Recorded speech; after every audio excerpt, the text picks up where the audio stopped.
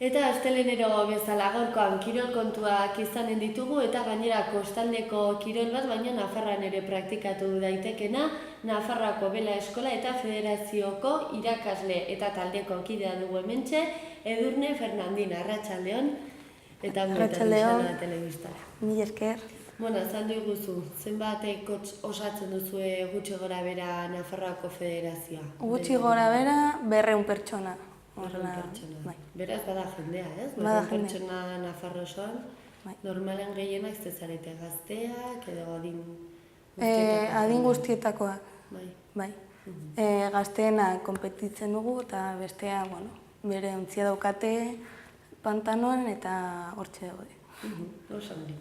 Bestalde, nun praktikatu daiteke zeren, badakigu kirolau batez ere kostaldekoa dela, baina Nafarroan antza denez ere praktikatu daiteke, ez? Hori, Aiozeko urtegian. Bai, Aiozeko urtegian praktikatzen dugu duela, 15-20 urte. Lehen jesan praktikatzen zen, baina gero Bela Eskola Aiozera mugitu zen, eta orain bertan ditugu gure instalazioak. Hortza, ipatu diezu ez, bi ataletan banatzen duzuela urtea. Bai, gure urtea hasten da martxoan eta bukatzen da irailean. Orduan, martxotik ekainera arte antolatzen dugu aste urdina, direla kanpaldi batzu, non Nafarroako eskoletatik etortzen diren astero, eta gero, ekainetik aurrera egiten ditugu udarako kurtsoak. Direla ja adin guztietarako eta hor etortzen da nahi duena. Eta hor duzue Bela Eskola? Hortxe dugu Bela Eskola. Orduan, instalazioak oso, ongi daude, ez dira oso ondia, baina ez da txikiak. Orduan, hor dugu Bela Eskola bat, bere sala handi batekin, aldagelak, tailer bat, gero daukagu horila bat hor daudenean ontzi guztiak. Ongi prestatuta daukazuela, ez, lekua. Oso, eta gero behin hori bukatzen denean, nun praktikatu dezakezazen, zuek baduzue Bela Eskolaz gain talde bat. Eta horre aritzen zarete txapelketetan, zu ere horre aritzen zara. Nora joaten zarete orduan. Ipatu duzu Aiozen ja ezin dela, ez? Hilabete batetik aurrera. Gu, Nafarroako Federazioa parte hartzen du Euskadiko txapelketetan. Orduan, gure taldea joaten da, Hondarribira, Donostira, Bilbora, Gasteizera, eta beste erregata bat antolatzen dugu Aiozen. Orduan, Euskadiko Liga 5 regata osatzen dituzte, eta urtean zehar egiten ditugu. Oso bai. Ez berdina da urtegi batean edo itsasoan? Oso ez berdina. Bai, ez? Bai. Urtegi batean ez dituzu ez da olatuak, ez da mareak. Orduan, navegatzeko orduan asko aldatzen du. Urtegi batean azkenean bakarri fijatu behar zara haizean. Baina, itxasora zenean beste faktore batzuk daude. Zailagoa edo ezberdina bintzen? Ezberdina, batzutan zailagoa, beste batzutan errazagoa. Eta zuek nola moldatzen zarete? Ja, azkenean adituak zarete, ez? Bai alde batean eta bai bestean. Alde horretatik hobe zuentzat, ez? Gehiago ezagutzen duzuelako kirola. Baina guretzat baita oso zaila da batzuetan itsasora joatea. Baina gero, itsasoan praktikatzen dutenak, urtegi batean sartzen direnean baita zaila egiten zaie. Zeren haizea ez da oso konstantea, beti dago aldatzen. Hori txapelketetan antzematen da. Bai. Zuek urtegietan irabaziko duzue gehiago, ez? Eta itsasoan igual besteek. Gutxi gora bera, bai, izan daiteke. Oso, kontatu iezu, aste urdina dagoeneko ja urte pila bat, ez? Daramatzala Aiozen, 20 urte baino gehiago, ez? Esan diezu. Bai, jesan hasi zen, eta gero 2000 urtean eraman zuten eskola osoa Aiozera eta hasi zen hor, berriz. Orduan 18 urte daramagu Aiozen egiten aste urdin hau. Eta nolakoa da zuen egunerokotasuna? Egunero, Aste urdinean, prestatzen dut hori lanpetuta, ez? Ibiliko zaretela. Zen lehen zen orain Baletzen egin beste jende gerturatzen edo. Orain etorri dira, aurten pasatu dira iazetik 1.800 aur. 38 ikastetxetatik. Orduan hori, astelenean etortzen dira kolpe batean 150 aur. Eta ja, astelena hasten da eroa bezala. Taldeak antolatzen, ezakizer, eta gero ja hasten gara nabigatzen. Nabigatzen dugu egunero, eta baita ditugu lurreko zenbait ekintza, ekintza alternatibak. Orduan, 20 begirale gaudet osotara, 12 uretako begirale, eta gero 6 lurreko ekintzak antolatzen dituztenak, erizain bat, eta Susana dela koordinatzailea edo, guztia antolatzen duena eta bela eskolaren zuzendaria. Osongi. Gero baten bat animatzen da bela eskolara itzultzen, hori zure kasu bada, ez? Bai. Horrez itzinen eta begira bukatu duzu taldean. Urtean zehar, hobeto nabigatzen dutenak, deitzen diegu berriro bueltatzeko. Eta hor egiten dugu lan bat, espezifikoagoa, eta gustatzen zaie, jarraitzen dute. Jarraitzen dute. Osongi, ze material behar duzue bela praktikatzeko? Kirol hau behar du material asko, eta garestia da, baina berez behar ditugu ontziak, mastak eta beste makil batzuk, eta belak. Lema eta horza baita direla, ontziko beste atal batzuk. Eta gero, instalazio minimo batzuk. Aizen daukagu enbarkadero bat, hor lantxak eta ontzi handiak lotzeko, sala batzuk, teorikak emateko, kirol hau behar du base teoriko asko. Orduan behar ditugu, beste rekurtso batzuk. Eta hori gutxi gora bera. Gero hor modalitate ezberdinak, ez? Egoten dira bela munduaren barruan. Baina aipatu dizkidazu eta A ber, belan modalitate asko daude. Baina aiozen hirurekin lan egiten dugu. Bada Optimis, dela, ontzi txiki bat, dela aurrentzako. Berez ez ditu 2 metro baino gehiago, horrela ontzia. Gero, laserrak, direla banakakoak eta helduentzako. Eta handiagoak. Handiagoak.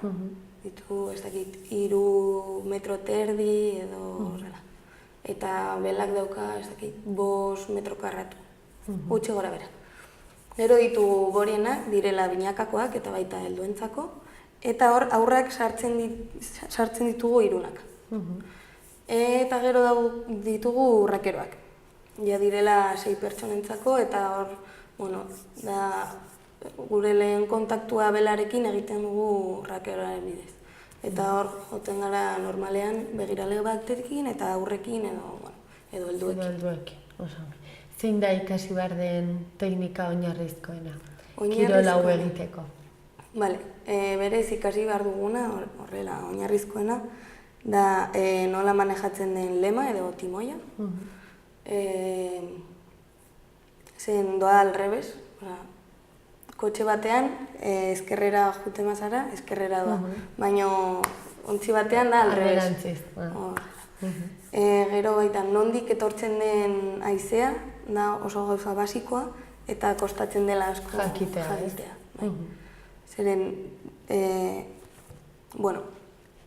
bela jarriko duzu horren menpe. Segun nondik etortzen den haizea, jarriko duzu bela modu batez edo beste batez. Orduan hori ikastea nahiko zaila da. Zeren 3 gauza dira, nola manejatzen da lema, bela eta nondik etortzen den haizea. Hori da basikoa. Ez da erresa. Ez da normalean kostatzen da pixko bat hartzea. Kirol honen teknika edo, praktika pixko bat hartzearena. Basikoena ez da zaila ikastea, baina berez hortik aurrera gauza pilo bat daude. Orduan, basikoena ikasten baduzu, badakizu hemendik ona joatea ontzi batekin, baina berez ez dakizu gauza asko. Gero, komplikatzen joaten da, eta geroz eta gehiago, eta geroz eta gehiago. Eta geroz eta ikasten da. Pentsatzen dut oso garrantzitsua dela oreka, ez? Mantentzea. Oreka mantentzea, hori da beste... Oreka txarra baldin badugu... Oreka txarra baino da, beldurra baita. Normalean aurrak hasieran izaten dute beldur pixka bat. Zeren daude medio batean ez dutela ezagutzen, uraren erdian, horrela untzi batean, beraien manejatzen. Claro. Eta bintia segurtasun gehiago hartzen duzunean, ez, beste modu batez ibiltzen zen. Oso, gauza gehiago ze txapelketa antolatzen dira eta zer moduz da zuen taldea? Gure taldea ja esan duen bezala parte hartzen du Euskadiko Ligan. Orduan, aiozen baita antolatzen da erregata bat haiek etortzeko. Gero beste txapelketa batzu, Nafarroako Ligak. Berez, udan zehar egiten dira 3 edo 4 regata. Direla udako txapelketak. Orduan egiten da bat optimistentzako, beste bat laserrentzako, eta gero beste bat ontzia handiagontzako. Direla kruzeroak, baina hori da beste bela mota bat. Eta zer moduz joan zaizue? Nafarroako taldeari, ongi? Ondo, bai. Esan dizudan bezala... Alde guztia egiten duzu, bai. Zen hori itxasuan komplikatzen zaigu, baina ondo goaz Euskadiko Ligan. Eta gero, baita Espainiako txapelketetan parte hartzen dugu. Hor 2 postu daukagu beti, urtean zehar 2 egiten dira, eta hori. Hor bai egiten dugu alduguna. Zeren, bai, Euskadiko Ligan normalean podiotan sartzen gara, baina gero Espainiako txapelketetan ja asko komplikatzen. Nora atera zarete? Nora? Bai, Euskal Herritik kanpo nora ibatzen? Ni nire esperientziatik. Euskal Herritik apartez, ni nabegatu izan dut asko Frantzian, Hendaia eta Akitanian. Gero Madrilen egin ditugu Espainiako txapelketa batzu. Eta Madrilen nuna egiten duzu, Beste urtegi batean. Bai, antolatzen dira Espainiako txapelketetaz aparte, Espainiako txapelketak baino urtegietan nabegatzen dugunen artean. Eta hor bai oso ongi joan zaigu. Bai. Eta gero ez daki Galiziara, Jungara, Salou, Valencia, Cádiz... Badira gainera zonalde batzuk ez, kirolau asko adibidez Cádiz aldean eta ez, hor pila bat ezakit zer ikusia duen haizearen kontuak edo esagunetaz modalitate egiteko bai, ez? Bai, ze berez han, hemen baita beste gauza bat daukagu dela hotza. Hemen neguan hotza asko egiten du. Claro, eta uretan gehiago. Baina hor Bartzelona, Valencia aldean, Mediterranean, Ibiza, Balearetan, ia urte osan praktikatu dezakete. Eta ia Kanarietan ez dugu itzen. Claro, oso ongi. Uda honetan nahiz duzue hurrengo txapelketa? Hemen di gutxira edo izan duzue baten bat? Bai, larun bat honetan izan genuen txapelketa bat. Zelako Nafarroako txapelketa.